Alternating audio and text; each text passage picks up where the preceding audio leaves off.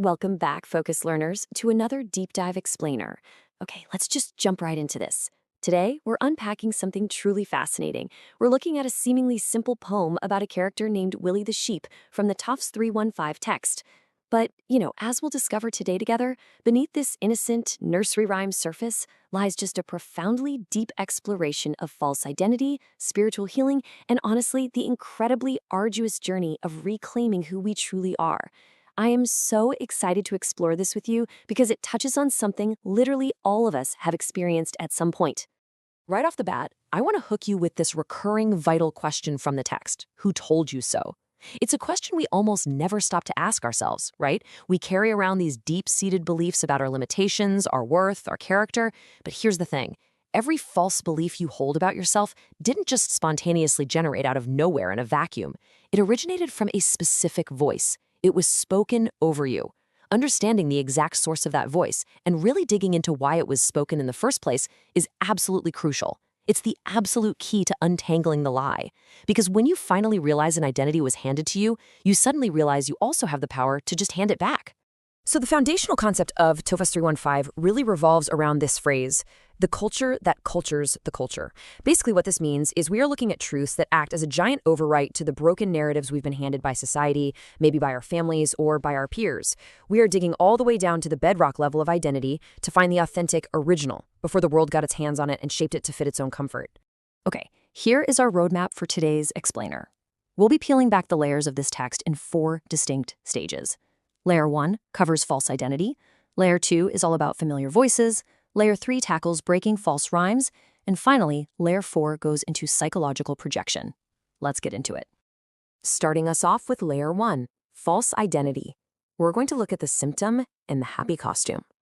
Let's completely break down the anatomy of this lie, because the psychology going on here is just staggering. First off, the poem starts in medias res, which is a fancy way of saying it starts right in the middle of things. Willy is already on the road. We never actually see him make the choice to leave his true self behind. And false identity is exactly like that. You rarely choose it consciously. You just wake up one day in your 20s or 30s or 40s and suddenly realize you've been walking down a path you didn't author. Second, notice his prancy gait. He is jumping around like a toad. He doesn't look sad or depressed. He is performing his false happiness with intense, frantic energy. And this is a really critical point.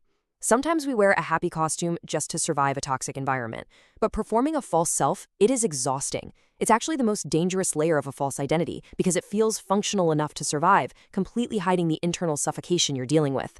Third, that comparison to a toad, it perfectly highlights the ridiculous unawareness of his state. Think about a toad. It's incredibly low to the ground. Its vision is entirely restricted to the dirt. Willy thinks he's living this grand big life, but he's literally settling for crumbs.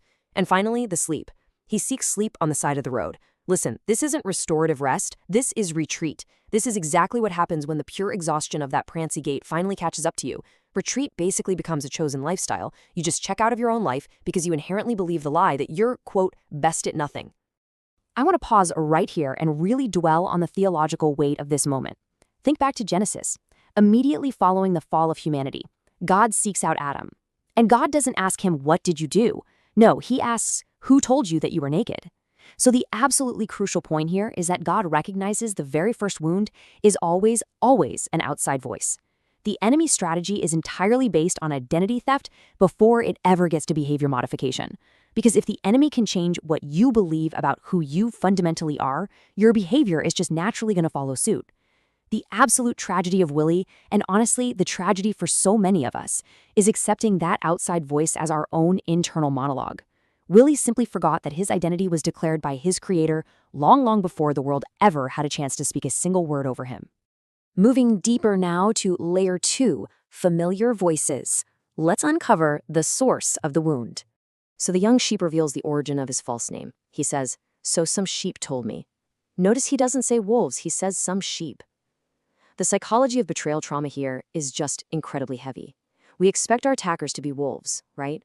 We are biologically and psychologically hardwired to flee from wolves. Our defenses are entirely up. But familiar voices, our own flock, man, that completely bypasses our defenses. It lands disguised as, community wisdom or just a friendly joke. And this highlights a brutal reality. The deepest, most paralyzing wounds often come so casually from inside our own communities, from our families, our schools. Communities frequently enforce conformity through casual labeling. If you step out of line, bam, you get a nickname. A handful of those casual labels repeated enough times by the exact people you trust completely hardens into a false truth. It's essentially death by 1,000 small tongues. But then, enter the old sheep. This is a figure clearly representing Christ, the original witness. He prophetically interrupts Willy's false performance, and the timing here is absolutely everything. He lets out this urgent bleat right from the side of the road, interrupting Willy literally just before he can fall into that apathetic, numb sleep. This is the radical grace of God interrupting our coping mechanisms. When we are so exhausted from performing and we're just ready to numb out completely, that voice calls. And notice that the old sheep completely refuses the cheap categories the flock created. He doesn't try to nicely redeem the word silly. No, he bypasses it entirely.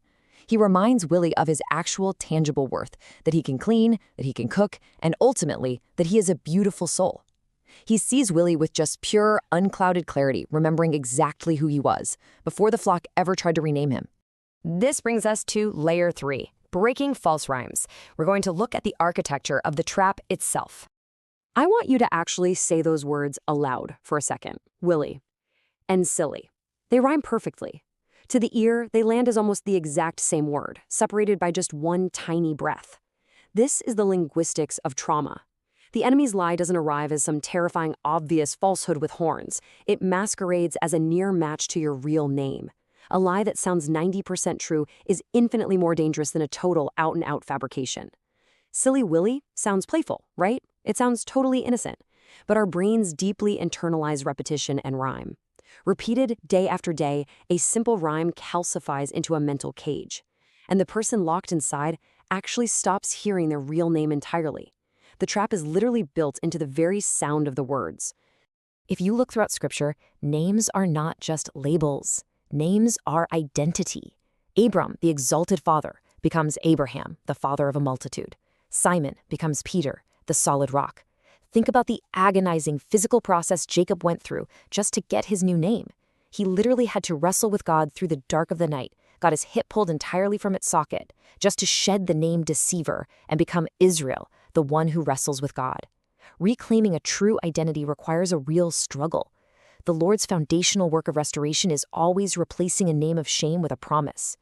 To twist a person's name is to twist that person's soul, and therefore to restore their true name is always the very first step in restoring their entire life. So how does the old sheep break this phonetic spell? He just says, "Dear Willy, you're not so." He steadfastly refuses to complete the nursery rhyme. He drops the words silly entirely into the dirt, and he restores dignity using the word dear. I really want you to think about that word for a second. Dear. It is the language of pure, unadulterated tenderness. It's the opening of a letter written specifically to someone you profoundly love, completely devoid of any expectations or conditions. The shepherd replaces the harsh, casual accusation of the flock with this deeply personal, intimate address, calling Willy right out of his slave name and calling him back home. Now we descend into our final and deepest layer, layer 4, psychological projection. It's time to unmask the accusers. Projection is just a massive psychological and spiritual concept. It occurs when someone simply cannot face a brokenness, a fear, or a deep shame within themselves, so they unconsciously export it. They name it and attack it in someone else. Think of an abuser who constantly accuses their partner of being unfaithful, simply to mask their own infidelities. There's this twisted, dark internal relief the projector feels when they successfully pin their own shame onto a victim. The flock passed the label silly onto Willy because that exact inadequacy was already living right inside of them. They couldn't face their own feelings of being not enough, so they just handed their wound over to Willy. It brought them relief because it meant the brokenness was out there, on the road, in someone else, rather than festering inside their own hearts.